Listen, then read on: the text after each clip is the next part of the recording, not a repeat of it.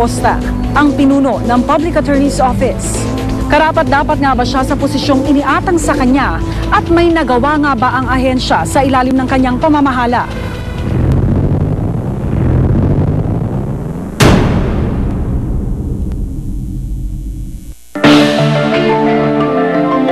Takbuhan ng mga nangangailangan ng serbisyong legal.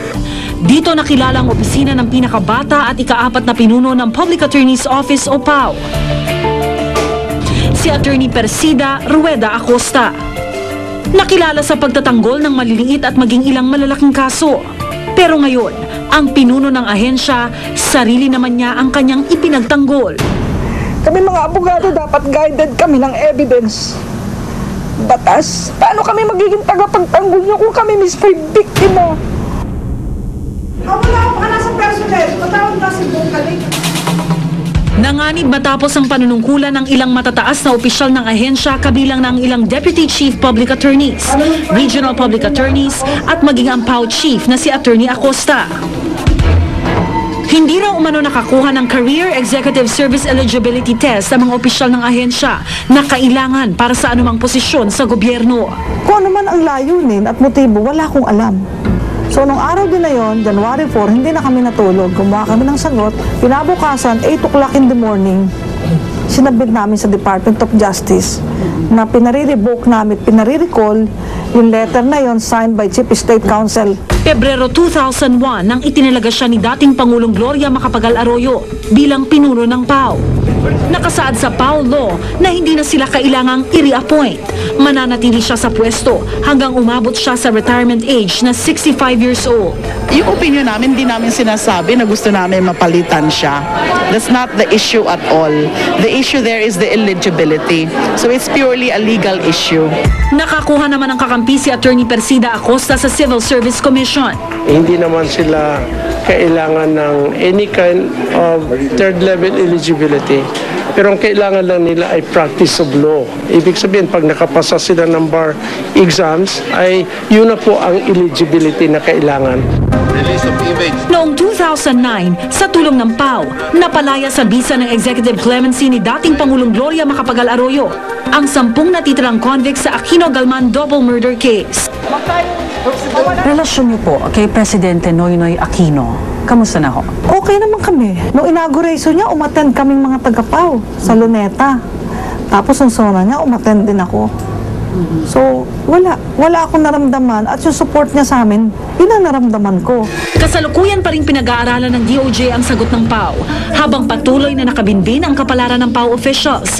Patuloy naman daw ang PAO sa pagbibigay ng serbisyong legal sa mga nangangailangan. Kahit anong kaso, yung kinasabi ko sa'yo, minsan pinitik daw ako nun. Kaya ang sabi nung iba, crazy ako. Kahit daw ako pinipitik, tinutulungan ko. Abay, sabi ko, hindi ko alam na pinitik ako. Hindi ko tinititigan yun. Ang tinititigan ko, yung pangangailangan ng tao noon sa oras na walang tutulong sa kanya. Ang Public Attorney's Office o PAO ang ahensyang naatasang tumulong sa mga mahihirap o mga kapos sa buhay na sangkot sa iba't ibang kaso. Itinatag ito noong July 25, 1987 sa bisa ng Administrative Code of 1987. Gayunman, sa nakalipas na taon, kapansin-pansin ang pagbaba ng bilang ng mga nabibigyan ng serbisyong legal ng PAO. Mula mahigit 5 milyong kliyenteng nabigyan ng free legal assistance noong 2008, bumaba ito ng mahigit 4 na milyong kliyente na lamang noong 2009. Noong 2008, nasa mahigit 700,000 kaso ang hinawakan ng PAO. Bumaba ito noong 2009 na umabot lang sa halos 600,000 kaso. Mga regional directors. Isa sa itinuturong dahilan ng pagbaba ng bilang na ito, ang kakulangan naman ng bilang ng mga abogado sa PAO. Base sa huling tala ng PAO, mayroon lamang silang 1,400 abogado sa buong Pilipinas. Kung susumahin bawat isang abogado, humahawak ng 420 kaso kada taon. Isipin mo, sabi ng iba, bakit yung mga malbigat na kaso ang hinahawakan ko?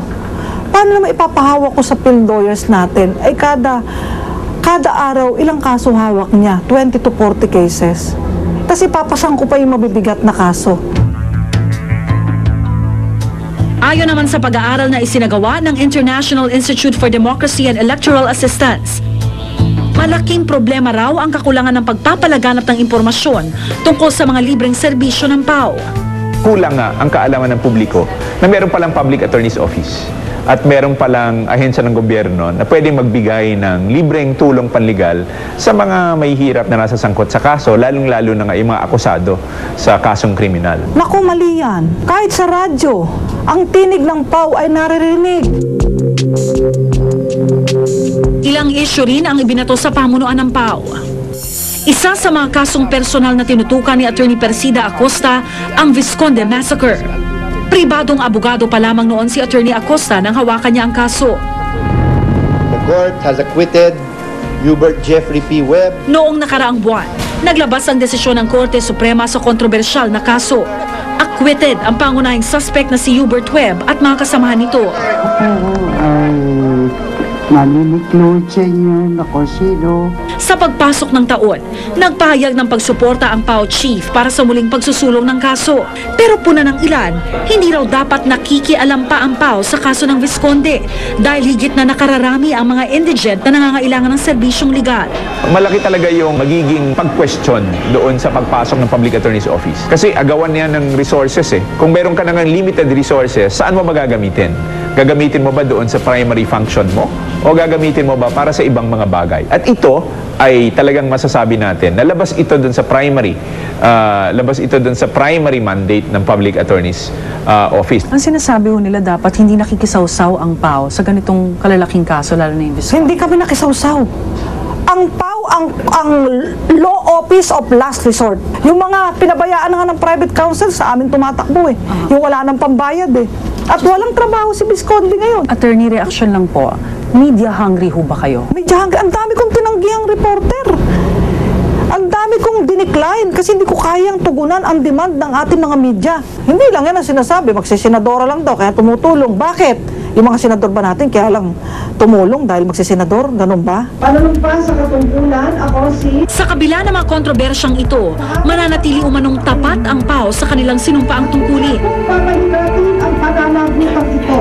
Congratulations to all you lawyers. Isang karuwagan ang iwanan kong isang hamon ng tungkulin at iwanang sumabog ang opisinang ito. So hindi ho kayo magbibitiw? Hindi kayo bababa sa pwesto? Unless... Hindi pa ngayon. Not on flimsy grounds. Pangunahing mandato ng Public Attorney's Office ang pagtulong sa mga kapos sa buhay. Parapat lamang na sa kabila ng maraming isyong ipinupukol rito, kailangan maging pangunahing prioridad pa rin ang kapakanan ng publiko. Ako si Rhea Santos at ito ang nakatala sa aking Reporter's Notebook.